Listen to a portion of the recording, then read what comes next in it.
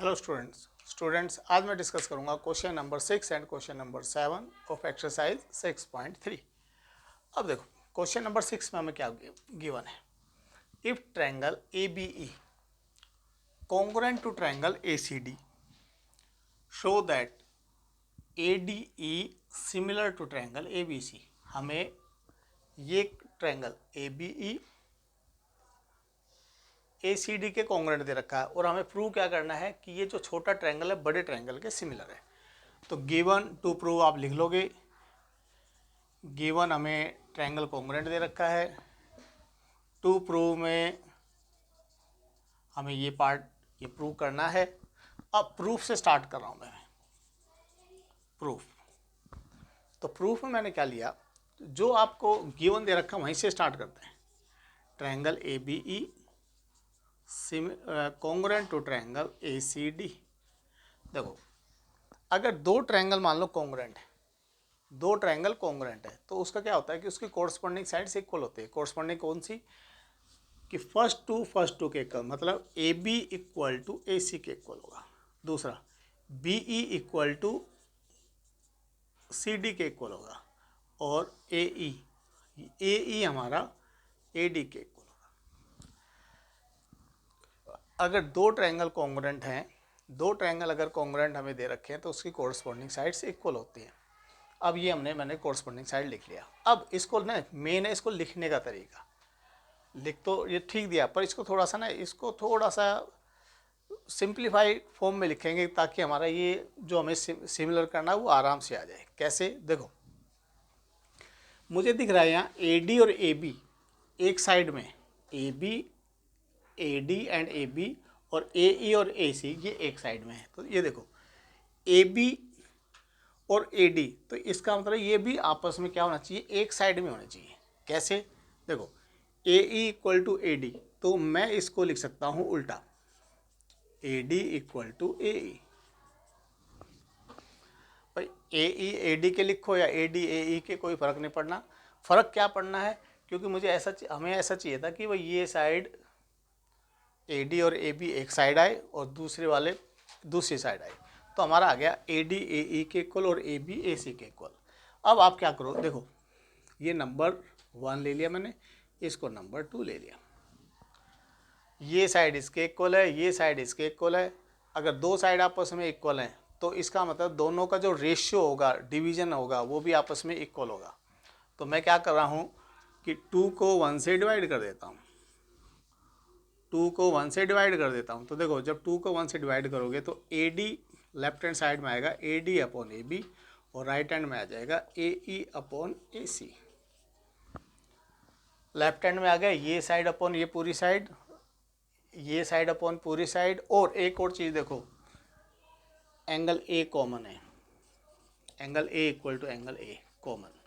तो अब आपको देखते ही पता चल गया होगा, देखो कौन से दो ट्रायंगल सिमिलर आ गए।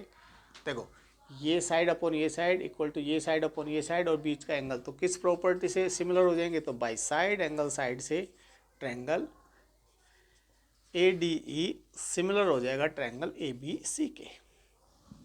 तो ये हो गया हमारा क्वेश्चन। इसमें मेन ये स्टेप था, ए ई ए डी है तो इसको ऐसा लिखा है कि ए डी और ए बी एक तरफ और ए ई और ए सी दूसरी तरफ डिवाइड करना है, और इसके बीच में ए एंगल दोनों में कॉमन है तो कॉमन एंगल लिखा। तो बाई साइड एंगल साइड से, क्योंकि दो साइड का रेशियो और एक बीच का एंगल इक्वल आ गया, तो ये दोनों ट्रायंगल क्या हो जाएंगे, सिमिलर।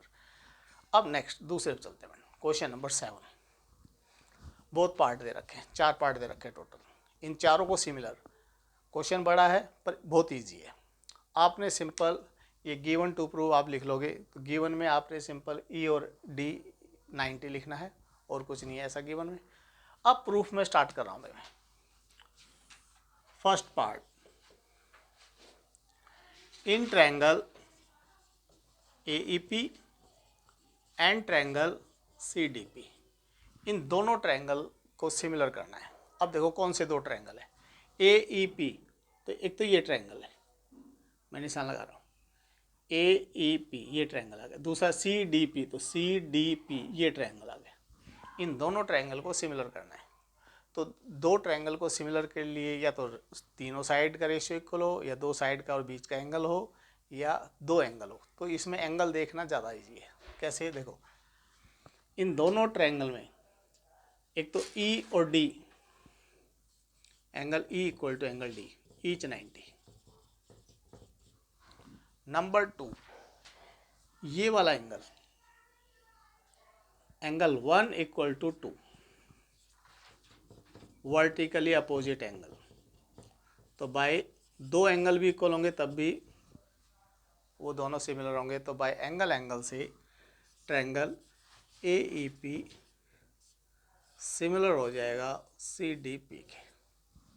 ठीक है, अब सेकंड पार्ट देखो, कौन से दो ट्रायंगल लेने हैं। इन triangle A B D and triangle C B E, A B D and C B E. अब इसमें देखना इन दोनों ट्रायंगल, पहले तो देखना है कौन से दो ट्रायंगल, ए बी डी। तो ए बी डी, एक तो ये ट्रायंगल है, दूसरा सी बी ई, ये वाला ट्रायंगल। तो एक तो हमारा ये वाला ट्रायंगल आ गया, एक ये वाला ट्रायंगल आ गया। तो इन दोनों में क्या क्या इक्वल है।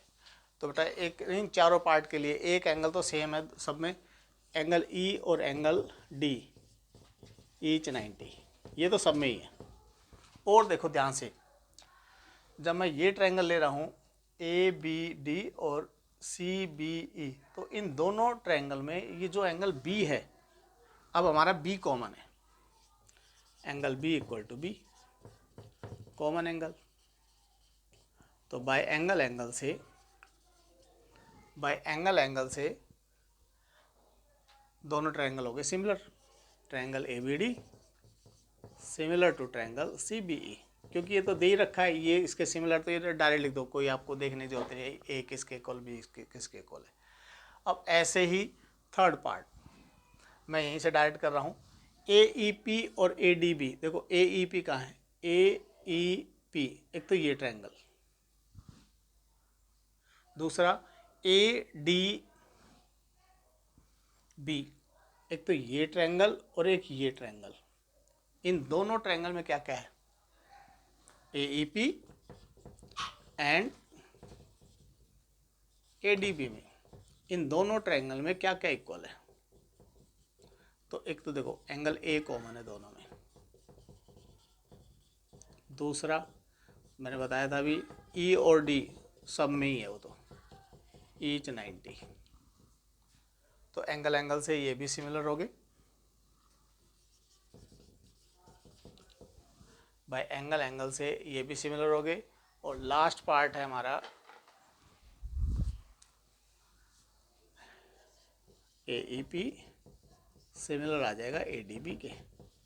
लास्ट पार्ट है P D C, fourth part लिखेंगे in triangle P D C and triangle B E C.